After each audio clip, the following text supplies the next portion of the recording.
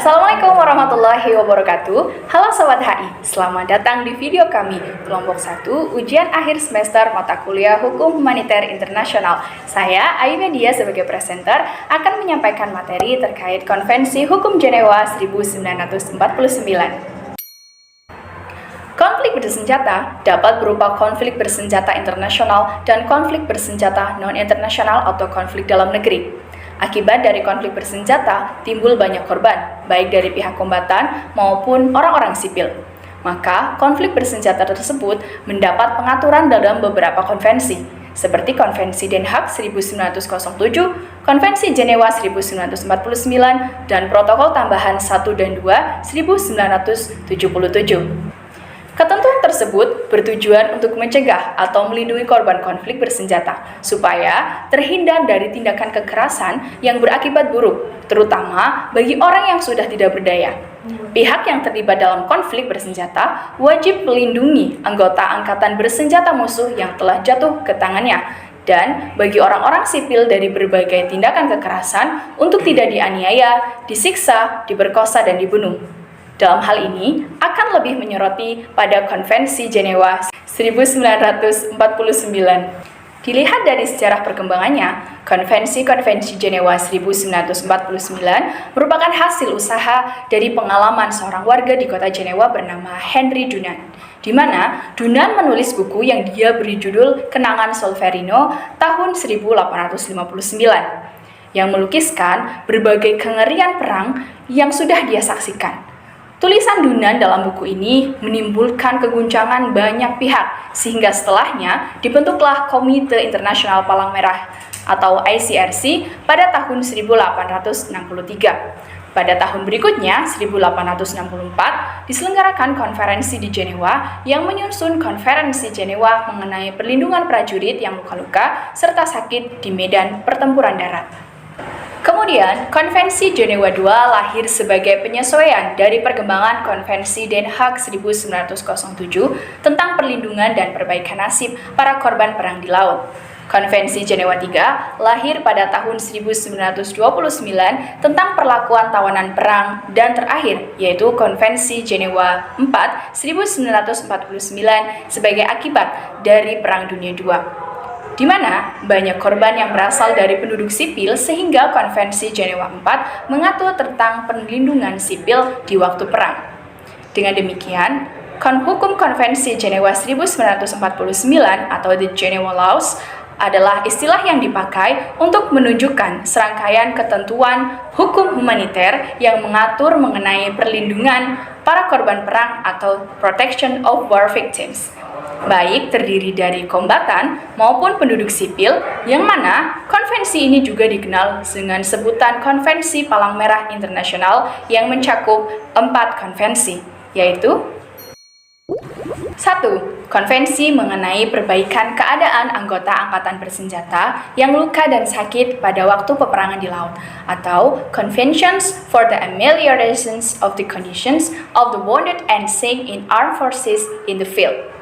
Konvensi ini melindungi tentara yang terluka dan memastikan perlakuan manusiawi tanpa diskriminasi ras, warna kulit, jenis kelamin, keyakinan atau agama, kekayaan, dan lain-lain. Kemudian, konvensi ini juga melarang penyiksaan, pelecehan martabat individu, dan eksekusi tanpa pengadilan, serta memberikan hak perawatan dan perlindungan bagi mereka yang terluka.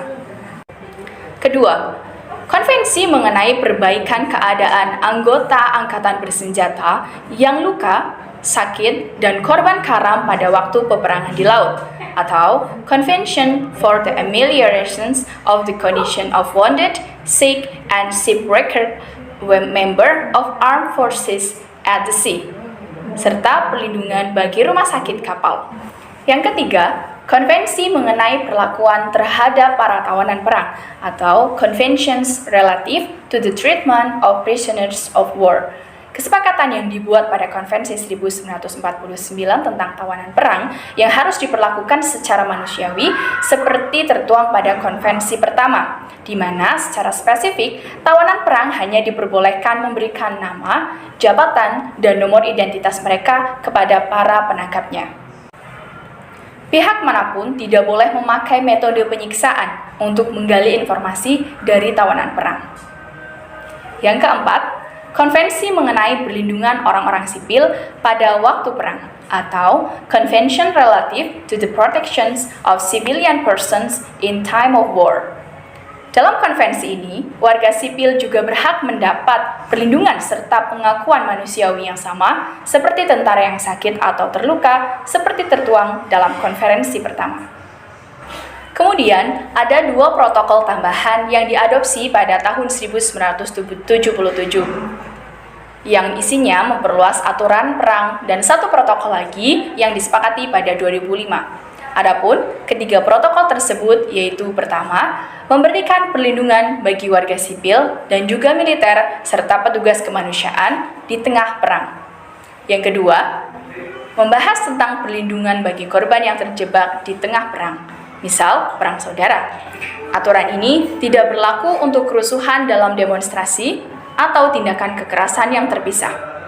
Yang ketiga, dihasilkan pada Desember 2005, yaitu mengadopsi aturan tentang perlindungan terhadap lembaga Parang Merah atau Bulan Sabit.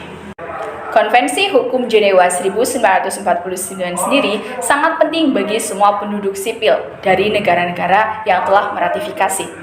Hal ini dikarenakan bahwa peperangan modern tidak lagi terbatas pada angkatan bersenjata saja dan pihak-pihak yang berperang, namun juga meliputi seluruh rakyat suatu negara. Perkembangan teknik persenjataan modern dan keikutsertaan penduduk sipil dalam berperang mengakibatkan korban dari penduduk sipil tidak dapat terhindarkan. Oleh karena itu, sangat penting bagi penduduk sipil untuk mengetahui hak dan kewajiban di waktu berperang. Adapun penerapan dari Konvensi Jenewa adalah sebagai berikut. Yang pertama, Konvensi Jenewa berlaku untuk semua kasus perang yang dideklarasikan oleh pihak-pihak yang bertikai. Yang kedua, Konvensi Jenewa juga berlaku untuk semua kasus pertikaian bersenjata antara 2 atau lebih negara meski tanpa deklarasi perang. Yang ketiga, Konvensi Jenewa berlaku bagi negara yang menandatangani meski negara yang menjadi lawannya tidak menandatangani. Tapi, aturan ini hanya berlaku jika negara lawan menerima dan menerapkan aturan konvensi.